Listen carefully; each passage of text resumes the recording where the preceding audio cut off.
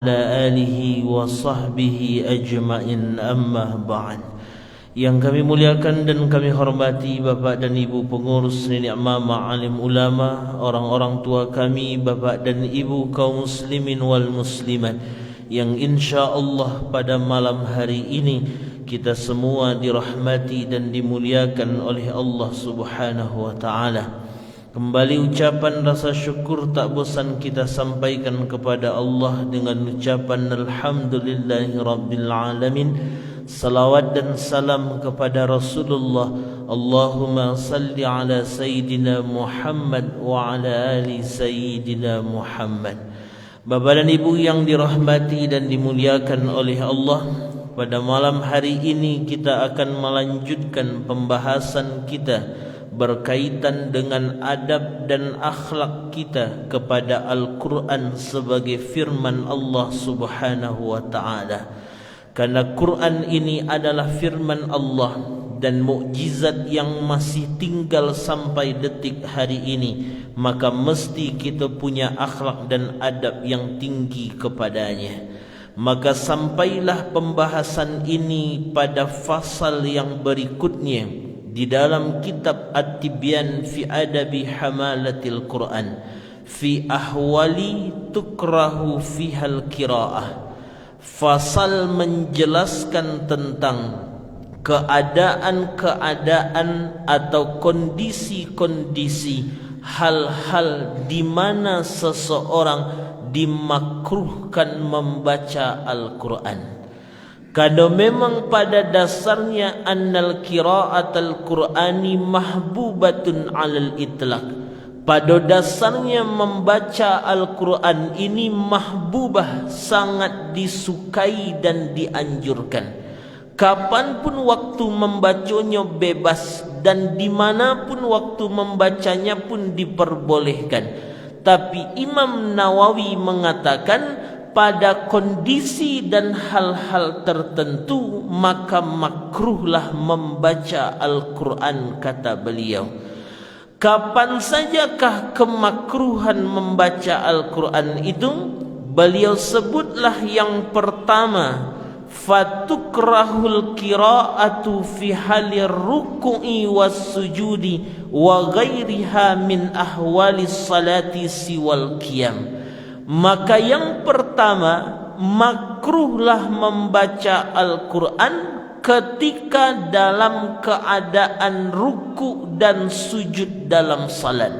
Jadi ketika kita salat, sedang ruku, sujud maupun duduk tasyahud, maka tidak dianjurkan membaca Quran. Misal kita salat berjamaah, imamnya sujud, kita sujud. Ketika imam sujud, kita sujud, kitalah selesai membaca subhana rabbiyal a'la, imam masih sujud je baru, maka jangan ditambah dengan bacaan Al-Quran. Misal subhana rabbiyal a'la wa bihamdi qul huwallahu ahad Allahu samad, makruh hukumnya.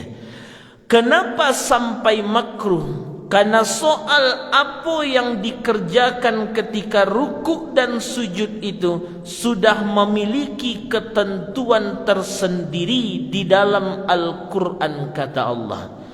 Karena kalau kita melihat dalam firman Allah, Quran surat Al-Fat ayat 29, Allah mengatakan tarahum ruk'an sujada. Perhatikan mereka orang-orang yang ruku dan sujud itu. Mangakah orang-orang nan ruku dan sujud itu ya Allah? Ketika mereka ruku sujud, bukan dianjurkan membaca Al-Quran, tapi adonan disuruh oleh Allah. Apa yang kau suruh ya Allah? Sambungan ayatnya, yabtaguna fadlan minallahi waridwanan. Maka dikala ruku dan sujud itu kita disuruh yabtaguna, meminta, bermohon kepada Allah Subhanahu wa ta'ala. Jadi tiba di ruku sujud itu nan disuruh adalah berdoa, meminta. Karena yang disuruh minta dan doa, maka makruh makruh membaca Quran saat ruku' dan sujud tadi. Aku Allah nyuruh, ya bataguna, minta, kata Allah. Kira-kira Bapak Ibu, kalau Allah yang nyuruh minta, Bapak Ibu ka minta ke Allah kira-kira. Yang Bapak Ibu minta ke Allah, kalaulah Allah yang menyuruh di rukuk sujud tu minta, kata Allah. Yang ke Bapak Ibu minta.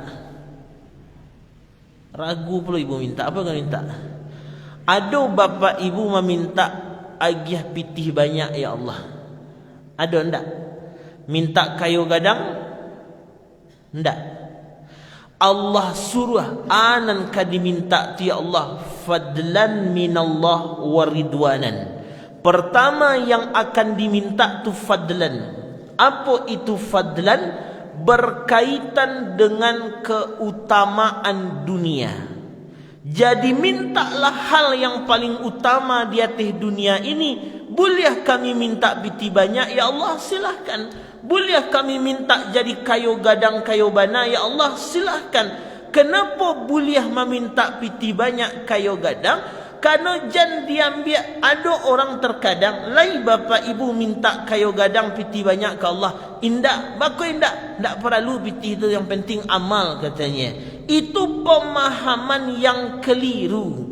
Nabi Muhammad tu kaya. Sia yang mengatakan Nabi Muhammad tu miskin? Ada orang menyebut Nabi Muhammad tu miskin, bajunya cabiak-cabiak, kemudian hidupnya sederhana. Beliau untuk diri beliau sederhana, tapi harta beliau berlimpah-limpah. Apa buktinya? Dalam satu riwayat, Nabi pernah menyembelih kurban beliau sebanyak 63 ekor.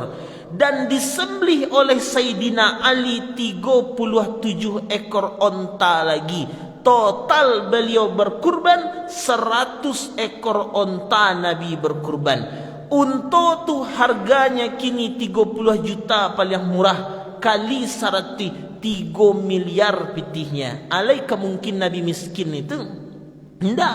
Makanya minta kepadaku, kata Allah, dalam ruku dan sujud itu dimakruhkan membaca Quran karena Allah suruh meminta. Yang kami minta, ya Allah, minta keutamaan dunia, pitih banyak, minta kemudian kayu bana. Boleh minta itu. Rancaklah awak kayu bana lai. Mode patang Idul Adha, patang awak kurban cik batujuh seekor bantiang. Kalau kayu seekor surang misalnya, kan rancak tu abadnya ni. Makanya minta yang berkaitan dengan dunia. Ketika kita minta hal yang berkaitan dengan keutamaan dunia, maka karena itulah orang Arab ketika dapat harta, dapat nikmat dunia, apa yang diucapkannya? Haza min fadli rabbi, fadl. Tiang kami minta. Lalu apa yang diminta kedua? Waridwanan. Yang kedua, dua maknanya. Pertama, keridaan Allah. Dan kedua, minta hal yang paling utama di akhirat, yaitu surga. Itu doa nan wak baca-baca itu. Allahumma inna nas'aluka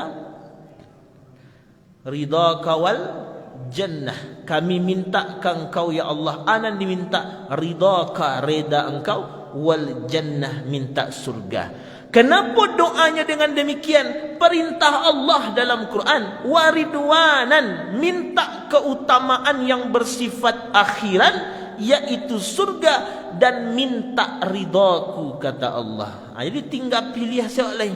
Minta surga main wa firdaus, silahkan. Sarugo yang ingin bisa mencari Allah nanti dalam surga, silahkan. Yang penting kerjakan amal-amalnya. Itulah hal yang makruh pertama, kata beliau, ketika seseorang membaca Quran, dimakruhkan membaca Quran dalam rukuk dan sujud serta tasyahud. Maka kapankah keadaan makruh yang kedua? Wa tukrahu qira'atu mazada 'alal fatihati lil ma'mumi fi salatil jahriyati idza sami'a qira'atul imam. Dan dimakruhkan juga membaca Al-Fatihah bagi seorang makmum tak kala mendengar imamnya membaca Al-Fatihah. Jadi ketika kita salat berjamaah, imam baca Al-Fatihah, tadanga diawak Al-Fatihah imam, makruh makmum mengiringi Al-Fatihah di belakang, kata Imam Nawawi.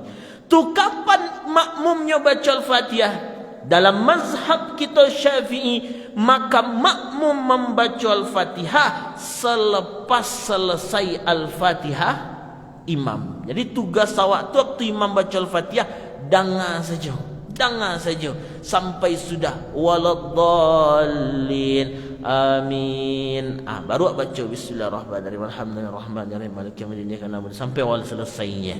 Tapi syarat kemakruhan ini berlaku bagi bagi orang yang mendengar Al-Fatihah imam. Misal kita salat berjamaah tapi tidak tadanga di awal Al-Fatihah imam, maka anan harus wak lakukan. Dalam kitab Majmu'nya Imam Nawawi disunnatkan makmum membaca Al-Fatihah. Jadi kalau tidak tadanga imam, nan dia awak boleh langsung membaca Al-Fatihah. Tapi kalau tadanga Al-Fatihah imam, makruh langsung wak iring-iringi. Itu kata Imam Nawawi. Jadi syaratnya dino bila tadanga atau tidak tadanga. Itu syaratnya. Karena soal tadanga tidak tadanga, beliau contoh di siku. Amo kasih tidak tadanga tu, mohon maaf, ada orang yang tuli, tak mendengarnya sembahyang berjamaah, tapi nya tuli. Pas nya tuli tu tak tahunya imamnya lah pakai mic baca Al-Fatihah, tak tadanga dirinya. Amako bagi nan tuli itu sunnah baca Al-Fatihah sekali. Tapi bagi yang mendengar, dengar dulu, makruh membaca Al-Fatihah sekali, nanti membacanya. Jadi syaratnya adalah di mendengar atau tidak. Karena mendengar atau tidak kau perlu apa ibu? Ada kisah Habib Munzir Al-Musawwal marhum. Beliau tu dulu waktu aliyah pertama kali mendadak khatib tidak datang. Jadi mendadak disuruh orang lah beliau menggantikan khatib tidak datang ke mimbar tu. Dek baru sekali tu naik, tu yo badabuk-dabuk jantungnya. Akhirnya rukun lagi panuh, tapi ngecek gaguk dek gara-gara mentalnya. Karena kan berdiri di depan tu berat itu. Diambo pun ada tujuh dulu. Baru-baru pertama kali ceramah itu kami menghafal teks saja itu. Dihafal teks dari awal, setiap hurufnya dihafal. Di rumah dicuba-cuba lagi sampai 20 minit. Tapi tiba di atas meja deklah badabuk jantung 10 minit putih serolahnya lagi. Itu pula bedanya. Jadi lain pula duduk di situ. Dulu kami pergi kajian di daerah Datang Kamang tu Ramadan, ambo mengaji, papa ambo mengaji. Jadi awak di alun pandai ambo enda le kecil beliau, serangkik saya jawab pak, kau pas singgahi ke pulang ni. Jadi pak, ambo siku musajinya ambo ngaji. Papa ambo siku dek gara-gara awak badabuk-dabuk jantung awak 10 minit sudah ngaji Ramadan sekali. Akhirnya capek lo sembahyang tarawih, capek lo sudahnya. Ditunggu-tunggu orang tu ndaknya tiba-tiba tu. Akhirnya berjalan kaki yang mau sampai di rumah ni. Beko kecil beliau, bakulah jalan sen. Lama napa tiba orang kecil. Beliau tu ngaji lama seketik. Tu lo jadi. Jadi kalau ngaji di depan tu bantunya siang mudah awal-awalnya. Tapi dabuk jantungnya luar biasa. Maka Habib Munzir pertama kali khutbah dabuk jantungnya. Siap Jumat, lah selesai salat Jumat, membudui seorang menceliaknya. Wassalam mudik dia awak gaguk tadi. Tapi ada seorang apa-apa galak memuji-muji. Santiang bicara apa tu? Santiang. Tuangi hati beliau. Sebanyak ko jemaah Jumaat membudui selahnya. Ada nampak seorang ko yang memujinya. Lah hati sedang senang tiba anak apa tu. Kecil anak apa tu. Mohon maaf ustaz, apa pakak kecilnya. Jadi awak kecil lah senang lah tiap dipuji orang. Kiranya yang memuji nandak mandanglah kiranya. Itu kuncinya. Jadi letaknya di mana? Di mendengarnya. Itu yang kedua, dimakruhkan bagi makmum membaca Al-Fatihah tak kala mendengar imam membaca Al-Fatihah. Lalu kapan yang ketiga? Wa tukrahu, dan dimakruhkan juga fi halin nuasi. Dimakruhkan juga membaca Al-Quran dalam keadaan mengantuk. Jadi kalau kita baca Quran lah barik-barik mata abang dan ibu, jangan dipasukan joleh. Kadang ada orang ku baca Quran dipasukannya. La takut tilka ayatul kalau mereka. Kalaulah mode itu kece Imam Nawawi makruh hukumnya. Kalaulah barik matonya sadaqallahul azim tuti salah lalu mana dulu ndaklah masalah dah. Yang penting jan ketika kini mengantuk awak tetap melanjutkan bacaan Al-Qur'annya. Kenapanya sampai makruh? Karena dikhawatirkan nanti saat kita mengantuk baca Quran salah-salah ayat yang dibaca atau tidak lagi tepat ayat huruf yang keluar yang dibaca, apalagi sampai salah maknanya, berubah arti, berubah makna. Tu jangan dapat pahalo doso nan didapat oleh. Nanti buka di kitab Takriratus Sadidah. Salah satu rukun salat itu kan Al-Fatihah. Kalau tidak salah syarat Al-Fatihah tu baru dikatakan sah, ada 10 syaratnya. Tasydiknya, kemudian bersihlah keluar hurufnya, kemudian tidak memanjangkan ini itu dan sebagainya. Ada 10 syaratnya. Minimal saat kita baca Quran yang kadipadek-padekan banayu Al-Fatihah itu. Kenapa Al-Fatihah yang akan dipadek-padekkan bana? Karena Al-Fatihah itu rukun dalam salat. Ketika berubah maknanya, berubah huruf, berubah makna, otomatis salat kita tidak sah langsung. Iyyaka na'budu, tapanjangan iyyaka na'budu wa iyyaka nasta'in, budu berubah maknanya. Atau iyanya ndak pakai tasdik, tiba sembahyang surang biasanya itu. Ihdinas siratal mustaqim, iyyaka na'budu wa iyyaka na'budu iyyaka nasta'in. Tadi mana tasdiknya itu? Padahal pakai tasdik. Jadi harus tahsin dan tajwid Al-Fatihah tu kau dapat dipelajari khusus di Al-Fatihah. Karena rukun di dalam salat kita. Payah itu belajar Al-Fatihah itu lama. Makanya Bapak Ibu nanti kalau pergi ke Mekah atau ke Madinah umrah, di Masjid Nabawi itu kan banyak halakah-halakah itu. Kadang orang duduk di sana songgok-songgok, situ songgok, situ songgok. Yang halakah-halakah di situ macam-macam. Ada yang khusus ngaji fikih Syafi'i, sinan tampaknya. Ngaji fikih Hanafi, sinan tampaknya. Ngaji tajwid, siku tampaknya. Ngaji tahsin, sinan tampaknya. Ikutilah setiap awak datang ke situ.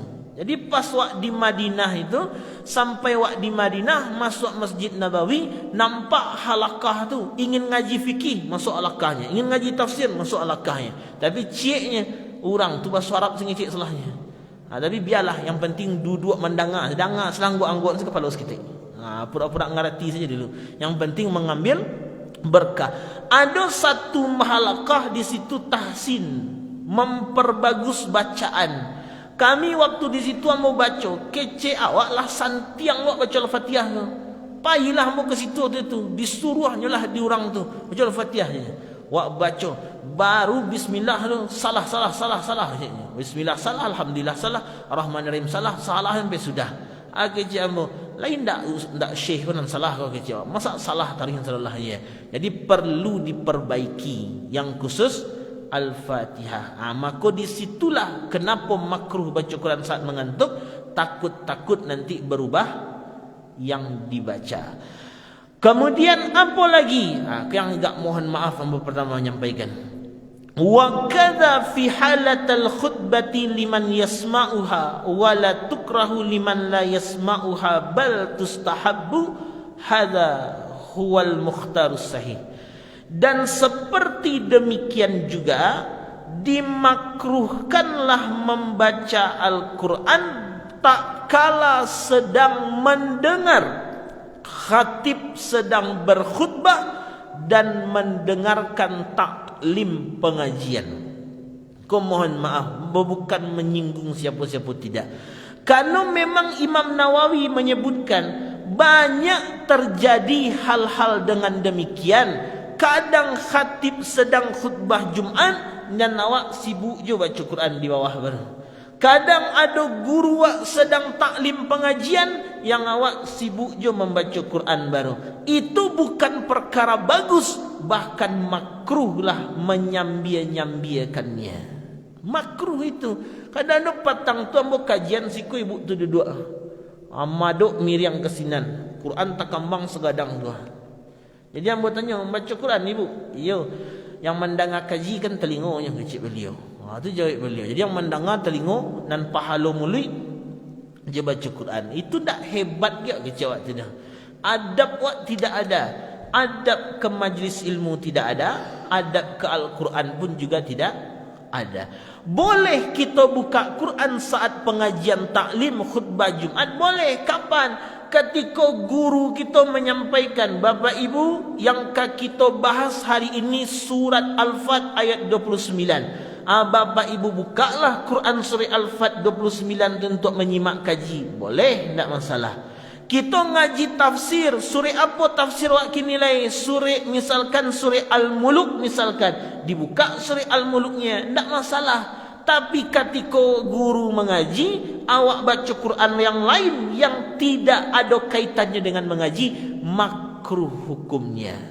Jadi kenapa? Karena saat taklim pengajian nan disuruh tu cuma mendengarkan pengajiannya sebagai adab dalam ilmunya. Karena adab di majlis ilmu ko banyak. Ko yang mau gambarkan. Sedangkan firman Allah Al-Quran saja yang mulia, sedang taklim pengajian makruh aja membacanya. Apalagi kerajo-kerajo yang lain. Kau penyakitnya kau Pak Ibu. Kamu kan tak pernah tak tahu si kau dah. Penyakitnya di sembahyang subuh cik, pengajian sudah menggarik sampai isya ke cik. Kalau sudah subuh tu gurunya mengaji, nampak waktu syuruk di sini. Anggaplah syuruk jam 6 balik 20. Guru masih ngaji je baru. Ada satu tampik syuruk 6 balik 6.20. 6 seperampik lah bansu tagak-tagak ke belakang itu. Siap-siap untuk salat syuruk. Padahal guru sedang ngaji. Bukan untuk menghormati guru, tidak. Untuk menghormati ilmu yang sedang diajarkan. Jadi bukan mohon maaf, bukan kami minta dihormati, tidak. Tapi yang wak kaji ko ilmu Allah. Masa kaji ilmu Allah sedang dikaji, tiba-tiba tagak langsung sembahyang saja. Bahkan ada satu tempat 6.20 syuruk. Kalau mereknya 6.20 syuruk, jam berapa boleh sembahyang Bapak Ibu? Kan lewat 10 minit lagi. 6.30 anggap segitu. 6.30, 6.5 balik lah mulai sembahyang di belakang.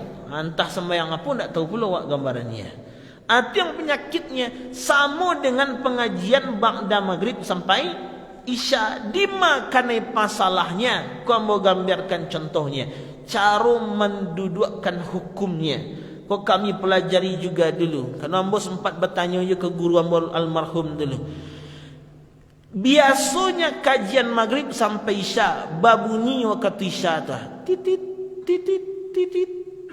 Agak talabiah guru mengaji seketik, dengar saja. Jangan dibantah-bantah. Karena ambo pernah pengalaman pahit sekitar 5-6 tahun yang lalu. Kita sedang ngaji macam gini. Dek seketik lai tangguang nan kamu sampaikan, sementara waktu isya lah masuk titit tu tarijak ngaji. Kecik apa di bawah kau mengecek. Lah dulu ustaz, lalai lo sembahyang mereka ngeceknya. Itu kalimatnya, lalai lo awak sembahyang. Bertanya ke Bapak Ibu, lewat guru wak mengaji waktu isya masuk lewat waktu seketik, lalai atau tidak Bapak Ibu? Lalai atau tidak? Nanti kita cari ba'a duduk hukumnya supaya jangan nanti salah-salah. Ada lo pernah ambo kajian 6 tahun yang lalu ngaji kami di siko, dia ada seketik lain yang disampaikan tarikh je. Akhirnya di satu masjid di Bukit Tinggi sedang ngaji, dimatikannya mikro oleh pengurus dari sini. Sudah dimatikannya, langsung azan di sini. Padahal awak sedang ngaji je baru. Alasannya apa? Lalai nak semayang. Itu alasannya. Kita cari duduk hukumnya. Sedangkan firman Allah saja makruh dibaca kalau sedang taklim pengajian. Ketika guru kita mengaji, yang dikaji guru khusus misalkan perkara-perkara yang fardu ain. Kan ada ilmu yang fardu ain hukumnya. Apa itu Bapak Ibu? Kalau dikata Imam Ghazali, banyak ulama ngecen 2, tapi ada ngecen 3. Yang 2 itu apa? Pertama, ilmu akidah tauhid, itu fardu ain hukum mengajinya. Dan kedua, ilmu fikih, itu fardu ain mengajinya. Apa maksud fardu ain? Setiap kita memiliki kewajiban untuk mempelajarinya.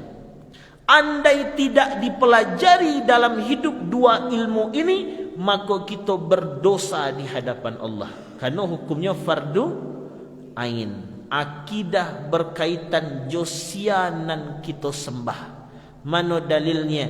Taha ayat 14. Innani annallahu la ilaha illa ana fa'budni wa aqimis salah lidzikri. Aku adalah Tuhan, tidak ada Tuhan selain aku, sembahlah aku dan dirikan salat untuk mengingatku. Sebelum Allah suruh dirikan salat, Allah kenalkan dirinya terlebih dahulu. Innani annallah. Itu dalil bahawa sebelum menyembah, kenal dulu sianan disembah. Buka nanti ungkapan dalam kitab Az-Zubat, awalu wajibin alal insani, awal-awal yang wajib dipelajari oleh setiap manusia, ma'rifatullah bistiqadih, mengenal Allah dan meyakininya. Ambil pula ungkapan Imam Abu Hamid Al-Ghazali, la tasihul ibadah, tidaklah orang dikatakan ibadah sebelum ia mengenal sianan disembahnya. Itu dalil mempelajari akidah. 2 unan fardu ain, akidah, fikih. Tapi kalau fikih, lai banyak je orang mengaji baru.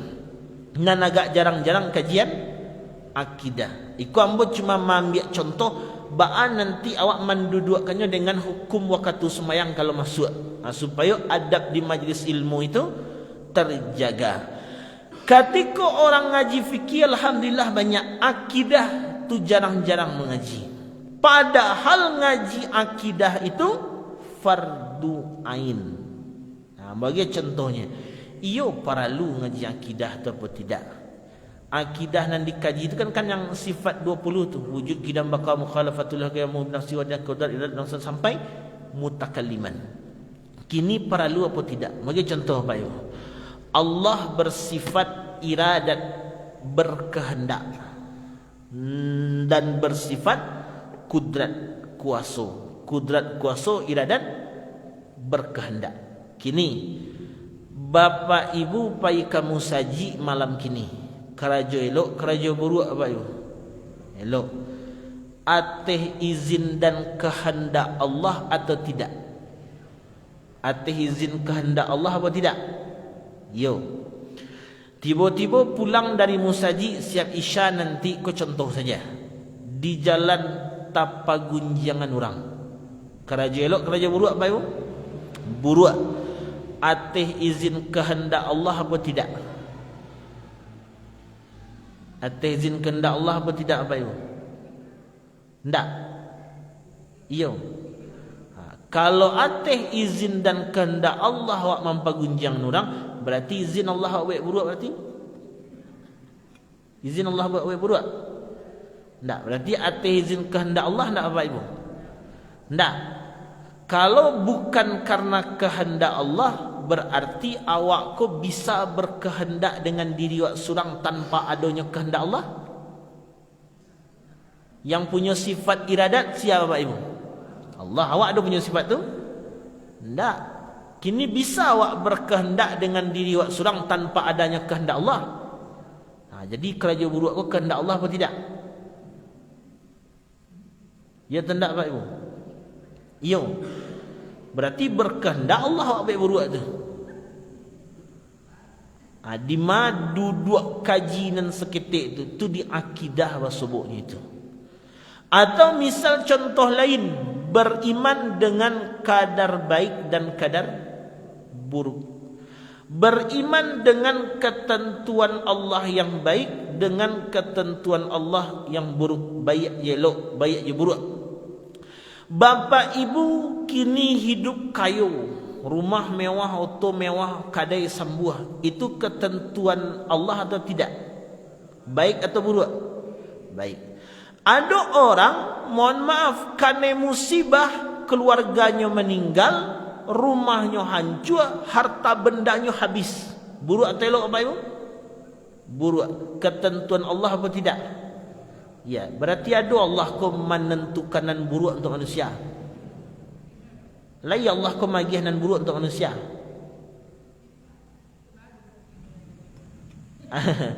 Ada ndak Allah magih nan buruk untuk manusia apa ibu? Lain. Kalau ada Allah magih nan buruk untuk manusia, lain tak zalim Allah kawak nama itu. Sementara zalim ko sifat buruk, Allah ko cuma punya sifat yang baik-baik saja. Jadi ketentuan dan buruk tu ketentuan Allah atau tak apa ibu? Makna beriman dengan kadar baik buruk itu sebenarnya. Di mana pemahamannya? Di akidah. Atau kita bahas satu sifat namanya wujud. Allah bersifat ada. Ada lawannya tidak ada.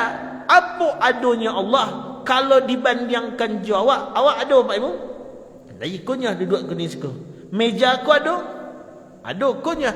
Musajid ku ada? Ada ku musajidnya. Allah ada tak Pak Ibu? Ada apa tidak? Ada. Lah yakin Pak Ibu Allah ada? Hamba bagi contoh. Ada tak nyamuk di musajid awak kau Pak Ibu? Nampak dia Pak Ibu? Nampak? Mana nyamuk yang kau nampak? Nampak apa tidak? Nyamuknya nampak. Kini kau nampak nyamuknya? Nampak nyamuk dia Pak Ibu? Tak. Tapi nyado. Itu cuma dugaan atau kira-kira itu namanya. Mana nyamuknya? Mana nyamuknya? Itu dugaan atau pasti ada? Ayo mana kau pasti ada tu nak nampak dia dah. Kan dugaan namanya itu. Entah yo ada entah tidak. Yang penting lain nyamuk biasanya lain. Tapi nang kini lain nampak dia. Ndak berarti entah ada entah Allah ada Pak Ibu. Lain ndak dugaan awak situ. Beda ada Allah tuju ada awak. Beda wujud Allah je wujud awak. Kan dimakna kajian wujud tu dikajinya itu. Makanya dirumuskan di ulama 20 sifat. Kenapa dirumus 20 sifat? Bukan membatasi Allah tu punya sifat 20, tidak. Allah tu punya sifat nan elok-elok tu malakik ke Allah salahnya. Tapi kok 20 dilekatkan kepada ulama, kepadaan Allah oleh ulama, karena 20 itulah cara ringkas untuk mengenal Allah. Kenapa 20 nan dibuat oleh ulama? Karena 20 itulah akal wak bisa memahaminya. Makanya saat mengaji akidah tu dikaji hukum dulu. Ada hukum akal, ada hukum syar'i, ada hukum adi. Hukum akal. Nan lain tak biasa tamakan dia kawak. Api membakar nak Pak Ibu? Yo api membakar, yo api tu membakar. Yo biasanya memang yo setiap dibakar api ke kertih terbakarnya, dibatang ke kain terbakar. Kamar pun begitu, tapi pada secara hukum hakikatnya bukan api dan membakar. Bakut ndak api yang membakar. Caliat Nabi Ibrahim AS diunggun dia batih batang kayu gadang, lah baru api gadang, tapi ndak terbakar oleh api. Didudukkan hukumnya. Adima basobuk dan model-model itu tu mendudukkan akidah tu. Itu di ilmu tauhid namanya. Abang tak kau perlu mengajinya. Kau tak muncul nanti pemikiran-pemikiran aneh-aneh dia wak lain. Maka ambo pernah ditanya dia orang-orang waktu itu siap kajian, kecek beliau, di mana tak adil Allah ku kecek beliau. Bangkok mau ditopak mengecek. Ada orang hidupnya dari awal hidup elok sebenarnya elok. Ibadah rajin, kamu saji rajin, yang lain rajin. Di ujung akhir hayatnya tak kerajuan dinyo kerajo buruk, mati sekali. Matinya su'ul khatimah, berarti tampaknya di neraka. Ada orang sejak hidup awal buruk perangainya, mabuklah macam-macam. Di ujung akhir hidupnya elok kerajonya, masuk surga. Adi malah tak adilallah tu kecil beliau. Orang ko payah beribadah, anan seketik di ujung tu nya akhirnya neraka tampaknya. Orang ko ndak do beribadah selama hidupnya, tapi di nan di ujungnya kini ko tobat, diterima Allah. Mana tak ada Allah tu nanti fikir-fikir dan buat tadi kecil beliau. Kita terangkanlah dengan ilmu akidah. Jadi akidah tauhid itu menggambarkan supaya tidak ada lagi keraguan tentang Allah Ta'ala. Wajib mengajinya itu. Payah mengajinya, rumit, memang rumit ngajinya. Payah, rumit. Balik, memang rumit. Makanya Nabi Muhammad itu diturunkan ayat Quran Al-Ikhlas dalam waktu yang lama. Kenapa Al-Ikhlas dalam waktu yang lama? Sekedar ingin menggambarkan bahawa pertama nan disuruh Allah kepada Nabi Muhammad mengajarkan akidah. Berapa lama beliau mengajarkan? 10 tahun atau 12 tahun mengatakan. 12 tahun mengajarkan akidah sekaumat baru. 12 tahun lamanya. Lah jo Nabi beraja, lah jo Rasul beraja, habis jo 12 tahun. Dia awak beraja ndak jo Nabi, beraja ndak jo Rasul, maka diusaukan seketik-seketik mengaji akidah itu. Lah kenal kita dengan Allah, baru sambungan ayatnya. Fa'budni, sembah aku ni. Ba'a cara menyembah engkau ya Allah. Aku caranya sembahyang, puasa, haji, kurban dan sebagainya. Ba'a cara sembahyang ya Allah. Ditunjuk dengan ilmu fikih namanya. Ketika guru awak mengaji nan dua tu. Mengaji nan dua tadi. Akidah dikajinya, fikih dikajinya. Itu ilmu nan dikaji itu fardu ain. Berarti barang ko barang wajib. Ketika guru kita ngaji khusus di akidah dan fikih, dan ngaji akidah fikih itu adalah fardu ain, wajib hukumnya, babunyi jam isya titit titit titit, sembayang di awal waktu, apa hukumnya Bapak Ibu? Wajib atau sunnah? Sembayang di awal waktu wajib atau sunnah? Sunat atau wajib Bapak Ibu? Wajib. Kalau seandainya wajib, zuhur jam 12:30, lai pernah Bapak Ibu sembahyang jam 1? Lai. Berarti berdosa Bapak Ibu tu. Kalau ndak di awal waktu lagi. Berarti sembahyang di awal waktu wajib atau sunnah? Makanya waktu-waktu salat tu ada nanti di kitab fikih tu. Waktu paling afdal, waktu sunnah, waktu mubah, waktu makruh, waktu haram. Dia ada tu cek-cek sembahyang tu ada waktu-waktunya. Nan salat di awal waktu tu hukumnya sunnah. Azan orang langsung wak sembahyang sunat, langsung wak sembahyang sunnah. Mengaji akidah fikih hukumnya wajib. Basobok barang wajib jo barang sunnah. Mana didulukan Bapak Ibu? Dulu wajib. Tak lewat sembahyang isya seketik, lain tak lalai awak dibuatnya? Tidak, kerana awak mendahulukan nan wajib. Jadi lewat pun enggak 5 minit, 10 minit, enggak masalah. Kadang dia awak kan itu yang malih dia awak. Tiba di masalah mengaji, eboh bana kalau enggak tapik waktu. Allah tu ustaz, beko lalai, talai lo sembahyang lalai lo beko. Tiba sedang di pasar, lah azan orang, lah kamai orang, lah sembahyang orang, aindak je sembahyang. Akan jadi seolah-olah agama ko dijadikan sasaran. Kalau memang dek mengaji ko lalai wak dibuatnya, lewat waktu sedang mengaji lalai, cuba tagahan orang nan manggalih tu, tutik kare lalai li taluk dia wak. Kok di mengaji taluk dia mengecik macam itu. Jadi kan nampaknya sasarannya macam itu. Makanya perlu duduknya hukum mengaji itu supaya apa? Adab di majlis ilmu itu terjaga. Makanya bukti ketika di adab majlis ilmu, jangan yang lain-lain lain. Quran saja yang firman Allah, mukjizat Nabi Muhammad, sedang taklim pengajian makruh je membacanya. Model tu banalah adab saat di dalam majlis pengajian. Dan Imam Nawawi mengatakan hadza huwal mukhtarus sahih, dan inilah pendapat yang paling mukhtar dan sahih. Apa makna pendapat paling mukhtar dan sahih? Inilah pendapat terpilih dan pendapat yang sahih. Jadi ketikalah mengaji, saat guru-guru kita mengaji maupun khutbah Jumaat, fokuskan saja untuk mandangannya saja. Jangan baca Quran, jangan yang lain-lain. Kalau untuk sembahyang syuruk pagi itu, insya-Allah guru-guru tahu asal masuk waktu syuruk. Baranti liau-liau mengaji itu.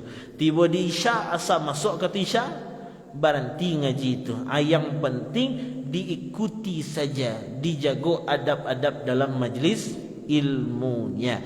Itulah hal keempat yang dimakruhkan membaca Al-Quran. Kemudian apa lagi? Wa tukrahu halal qu'udi 'alal khalla. Kalikulah jalih bapak ni. Dimakruhkan juga membaca Quran di tempat buang hajat. Itulah jalih, sedang tampik buang hajat kita baca Quran, itu tidak diperbolehkan, makruh hukumnya. Itu hal-hal yang dimakruhkan.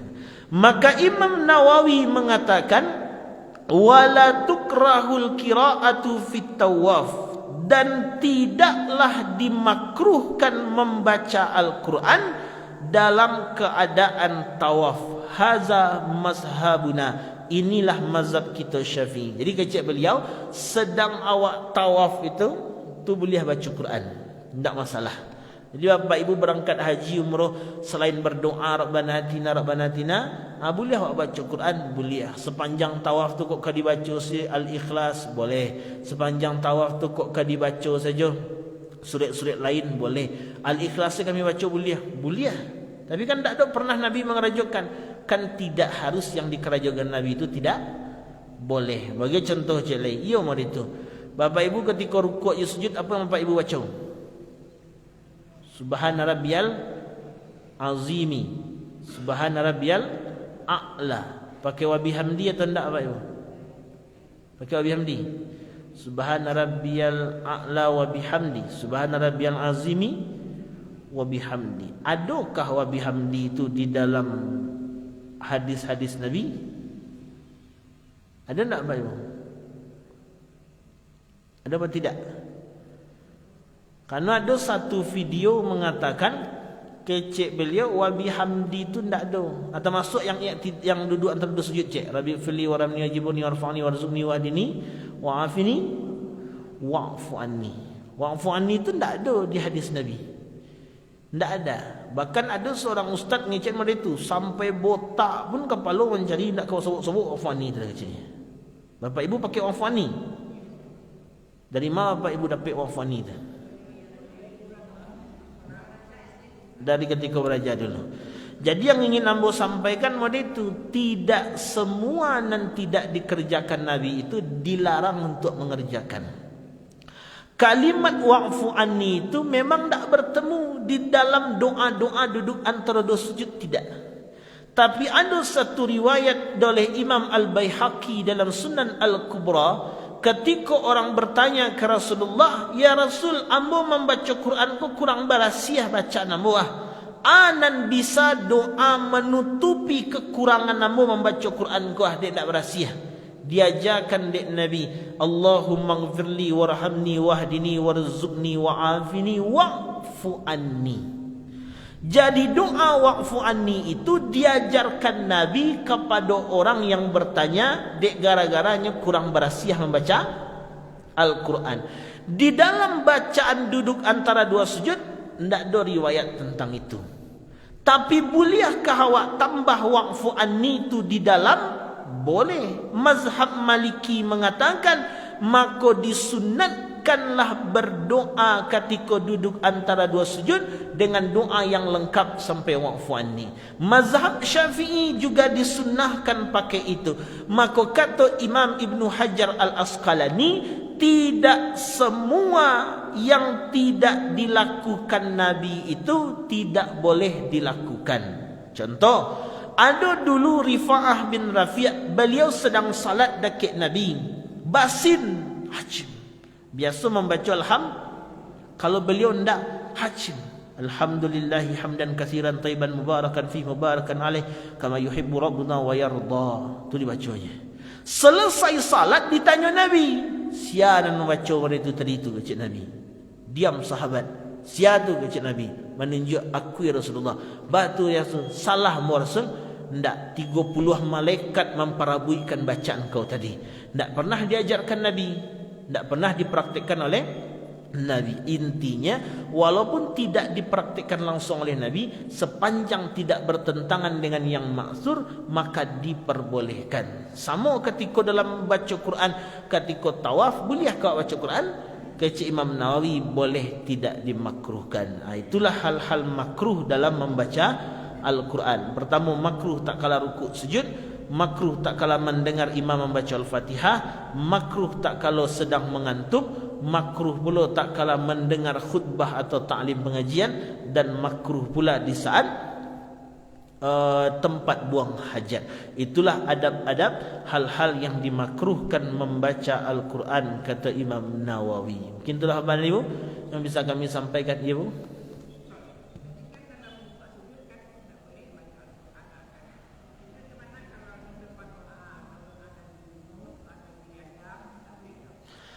Boleh, berarti niat awak membaca itu sekedar untuk doa ibu.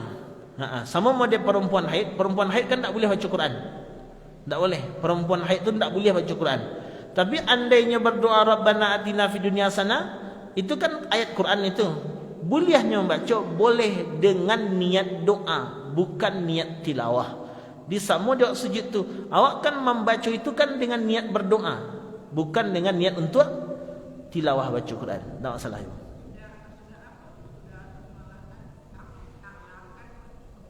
Boleh ibu, tak masalah.